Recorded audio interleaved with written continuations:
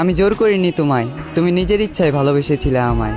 সব কিছুই মেনে নেওয়া যেত যদি এই ভালোবাসাটা একতরফা হতো। তবে এই ভালোবাসাটা একতরফা নয়, কারণ তুমি নিজের মুখে বলেছিলে আমি তোমার মনের মতো। তোমায় পেয়ে ভুলে গিয়েছিলাম, এ মনে দুঃখ ছিল যত।